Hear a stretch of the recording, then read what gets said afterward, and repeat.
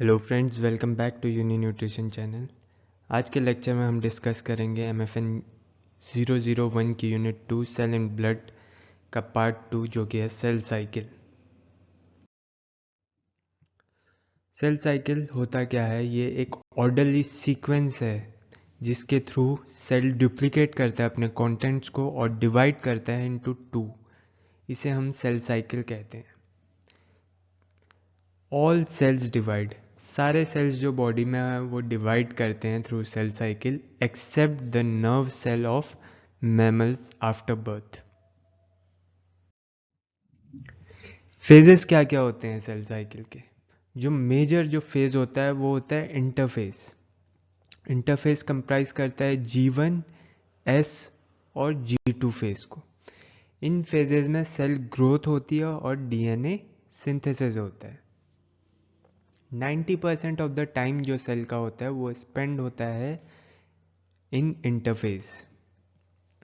उसके बाद जो 10% टाइम होता है वो होता है माइटोटिक फेज, जिसके अंदर माइटोसिस होता है और साइटोकाइनेसिस होता है। माइटोसिस क्या होता है? ये प्रोसेस है न्यूक्लियर डिवीजन की इन द सेल्स, जो कि प्रोड्यूस करते हैं जेनेटिकली आइडेंटिकल डॉटर सेल्स, जो कि आइडेंटिकल होंगे अपने पेरेंट सेल से।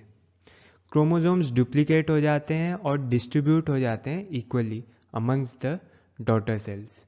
इसी वजह से इससे इक्वेशनल डिवीजन कहा जाता है। So what are all the phases of mitosis? Mitosis के फेजेस होते हैं prophase, prometaphase, metaphase, anaphase and telophase. इसको आप याद कर सकते हैं PPMAT। ये हैं इनके acronyms: prophase, prometaphase, metaphase, anaphase and telophase. इससे जो पहली जो फेज होती है जो दो माइटोसिस के बीच में ऑकर होगी वो होगी interphase. Let us first study about interphase, then we will study about mitosis. Interphase is the longest part of the cell cycle. ये 90% of the cell cycle में cell interphase stage में रहता है, जहाँ पे cell grows and copies its DNA. It takes place between one mitotic phase and the next one. दो mitotic cycles के बीच में एक interphase होगा.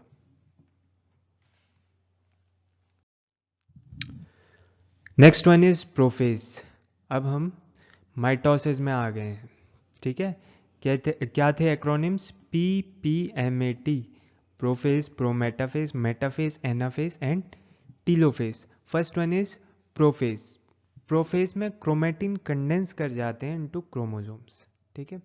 क्रोमेटिन और क्रोमोसोम्स में क्या अंतर होता है? जो क्रोमेटिन होते हैं these are composed of DNA plus histones protein, ठीक है। ये DNA प्लस हिस्टोन्स प्रोटीन्स में, जैसे ये DNA है, ये हिस्टोन प्रोटीन है, इसके अराउंड कॉइल हो जाएगा DNA आपका, तो ये इसको हम कहते हैं chromatin. It further condenses into chromosomes, ठीक है। यहाँ पे आप देख सकते हैं क्रोमोसोम्स में कंडेंस हो चुके हैं। हर क्रोमोसोम्स डुप्लीकेट करता है और now they consist of two sister chromatids. यहाँ पे दो सिस्टर क्रोमेटिड्स हैं। न्यूक्लियर एनवेलप देख सकते हैं आप, ब्रेक डाउन हो चुकी है इनटू वेसाइकल्स। यहाँ पे देखिए ब्रेक डाउन हो चुकी है इनटू स्मॉल वेसाइकल्स और फॉर्मेशन ऑफ माइटोटिक स्पिंडल। यहाँ से माइटोटिक स्पिंडल का फॉर्मेशन भी इनिशिएट हो चुका है, ठीक है।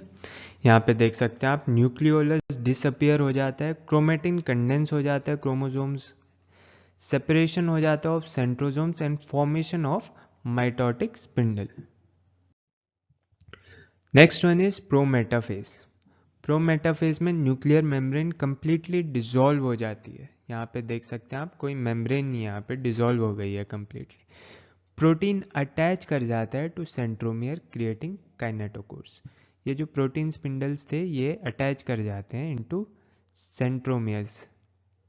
सेंट्रोमियर और काइनेटोकोर्स में अंतर क्या होता है? सेंट्रोमियर जो होता है वो कनेक्ट करता है टू सिस्टर क्रोमेटिड्स को, और काइनेटोकोर्स जो होता है ये अटैच होता है टू माइटोटिक स्पिंडल्स, ठीक है, यहाँ पे देख सकते हैं माइटोटिक स्पिंडल काइनेटोकोर से अटैच हो रहा है.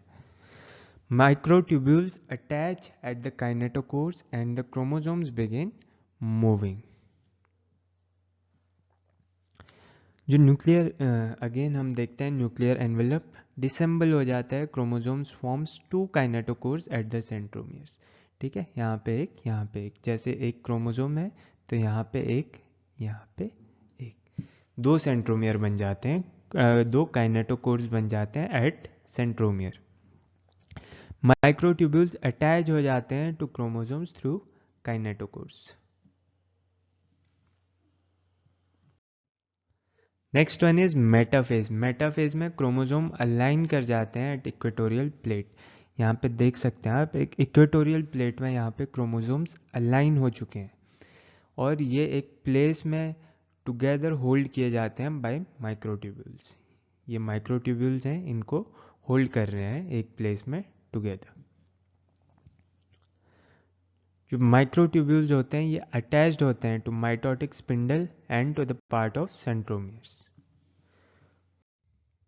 Next one is anaphase. Anaphase में जो सेंट्रोमियर हो जाता है ये डिवाइड कर जाते हैं. ठीक है, अभी दो कंप्लीट ऐसे था, यहाँ पे डिवाइड कर गया है. ये सिस्टर क्रोमेटिड्स सेपरेट हो जाते हैं और मूव कर जाते हैं टुवर्ड्स द कॉरेस्पॉन्डिंग पोल. ये सिस्टर क्रोमेटिड्स यहाँ को मूव कर गए, ये वाले यहाँ को मूव कर गए. Unattached microtubules pushed against each other to elongate cell. Chromatid separate कर जाते हैं और मूव कर जाते हैं टुवर्ड्स ऑपोजिट पोल्स. ठीक है, next one is telophase. Telophase में होता क्या है, जो क्रोमेटिड्स होते हैं अराइव कर जाते हैं ऑपोजिट पोल्स में. पहले मूव किया था माइटोटिक स्पिंडल्स ने, अब वो कंप्लीटली अराइव हो गए हैं, एक इस पोल पे है, एक इस पोल पे है.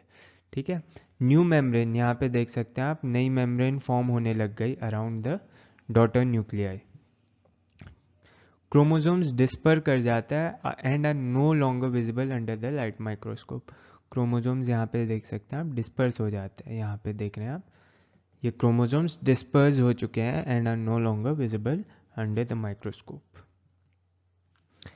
वापस ये किस में फॉर्म हो जाते हैं, chromosomes unfold back into chromatin.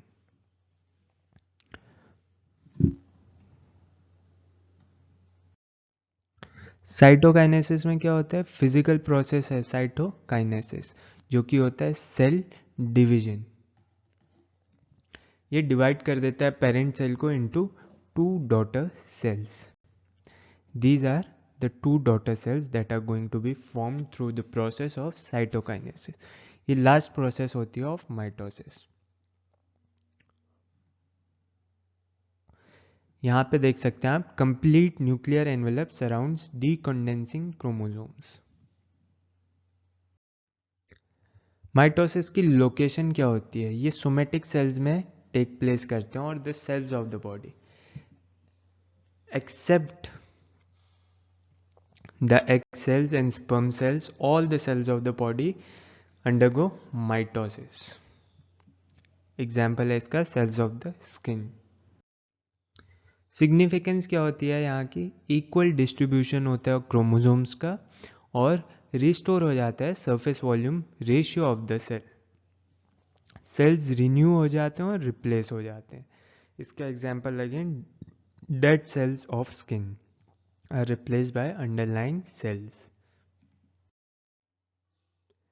Now we will study about meiosis.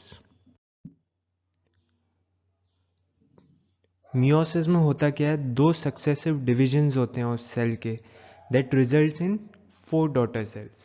ठीक है, एक सेल है, ये डिवाइड करेगा एक बार, ये हो गया फर्स्ट डिवीजन, और ये फिर डिवाइड करेंगे एक बार और, ये हो गए second division. And these are successive, एक के बाद एक डिवाइड हो रहे हैं, that results in 4 daughter cells. ठीक है, एक सेल था, ये रिजल्ट किया 1 2 3 4 डॉटर सेल्स में रिजल्ट करेगा. क्रोमोसोम्स का नंबर जो होता है वो रिड्यूस हो जाता है from double two half. Daughter cells identical नहीं होते हैं, वेरी करते हैं. वेरिएशंस देख सकते हैं हम, जो कि होता है बाय क्रॉसिंग ओवर जिसके बारे में हम आगे पढ़ेंगे। जेनेटिक कंपोनेंट डॉटर सेल्स का डिफर करता है from the parent cell due to crossing over. Crossing over होता क्या है? Mixture of mother and father gene. ठीक है, तो उससे क्या होगा? क्रॉसिंग ओवर होगा, जिससे वेरिएशन आएगी, जेनेटिक कंपोनेंट डिफर करेगा डॉटर सेल का from the parent cell. Sperm and egg cells are made by the process of meiosis. Stages क्या होती है मियोसिस की? देखिए यहाँ पे होती है prophase, prophase 1, metaphase 1, anaphase 1, telophase 1, and prophase 2, metaphase 2, anaphase 2, telophase 2 and cytokinesis. In processes को हम कहते हैं मियोसिस 1। जो सेकंड बार होता है इसे हम कहते हैं meiosis 2।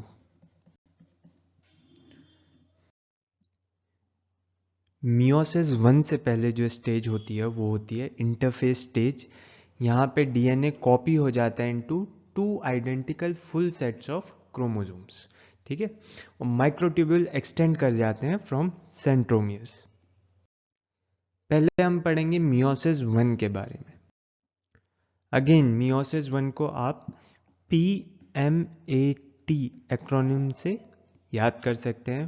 Prophase 1, metaphase 1, anaphase 1, telophase 1 and cytokinesis. तो प्रोफेज 1 में कॉपीड क्रोमोसोम्स कंडेंस हो जाते हैं into egg shaped structure.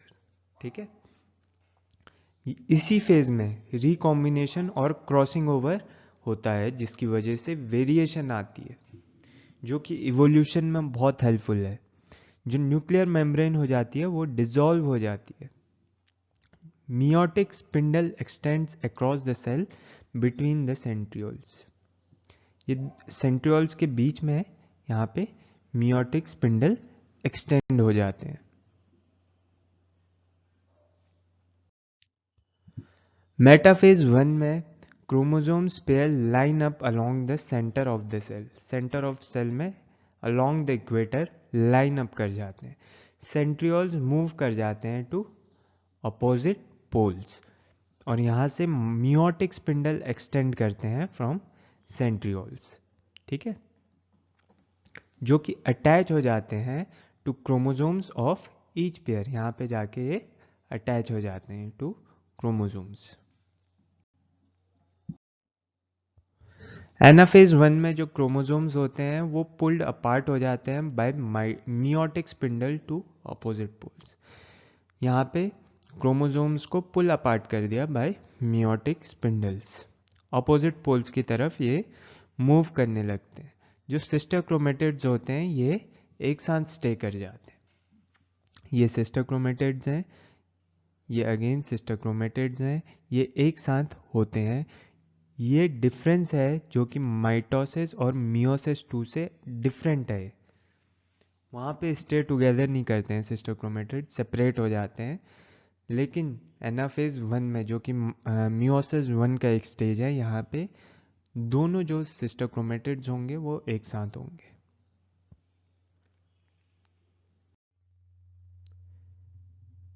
The next step is telophase 1 and cytokinesis.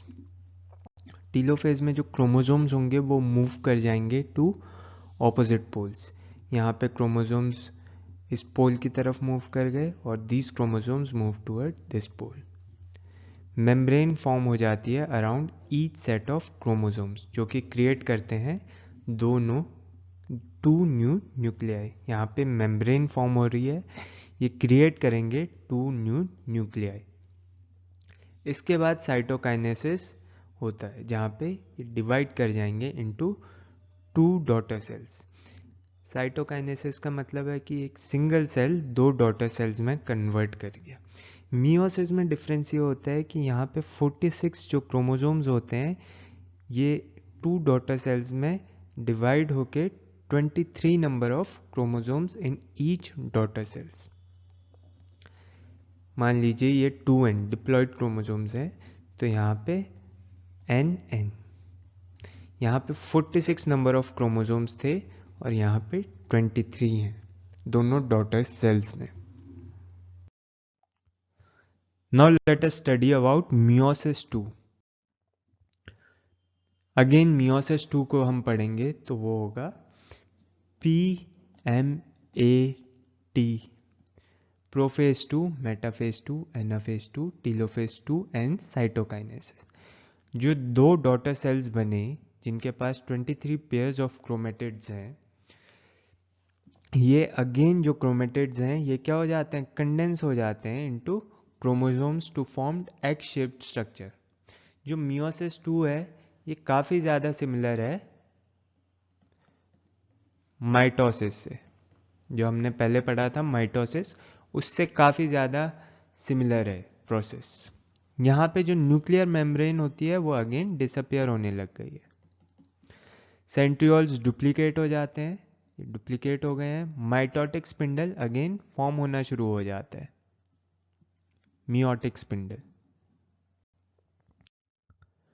Metaphase 2 में क्रोमोसोम्स अगेन लाइन अप कर जाते हैं along the equator of the cells, दोनों सेल्स में, और सेंट्रियोल मूव कर जाते हैं टू ऑपोजिट पोल्स। जो मियोटिक स्पिंडल होता है वो अटैच कर जाता है टू ईच सिस्टर क्रोमेटिड्स, हर सिस्टर क्रोमेटिड से यहाँ अटैच कर गया है।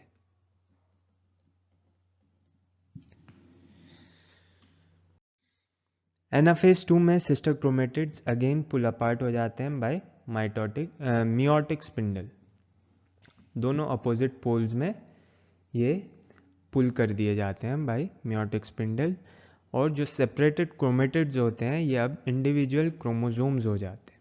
ठीक है, these separated chromatids are now individual chromosomes.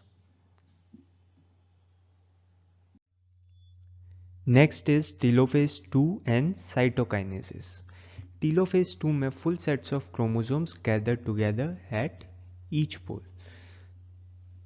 Nuclear membrane reappear हो जाती है जो कि रिजल्ट करती है इनटू 2 न्यू सेल न्यूक्लियर। यहाँ पे देख सकते हैं आप, न्यूक्लियर मेम्ब्रेन रीअपियर कर रही है और 2 न्यू सेल न्यूक्लियाई बना रही है।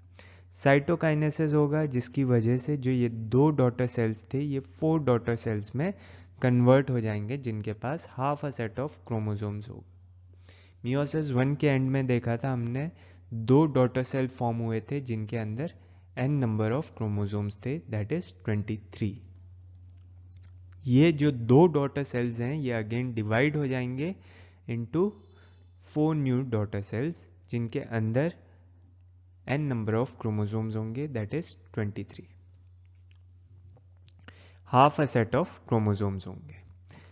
All 4 cells in male are sperm cells. ये जो चारों सेल्स बन रहे हैं ये मेल में स्पर्म सेल्स बनते हैं, लेकिन फीमेल में सिर्फ एक सेल एक्स सेल बनता है, बाकी 3 सेल्स जो होते हैं वो।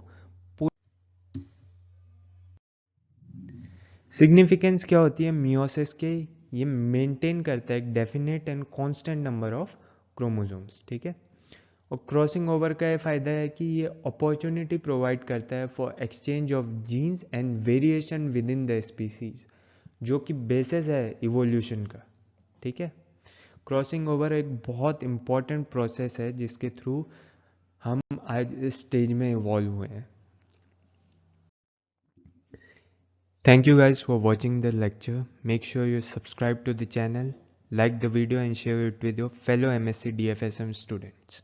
And if you have any doubts, write them down in the comment section. Thank you.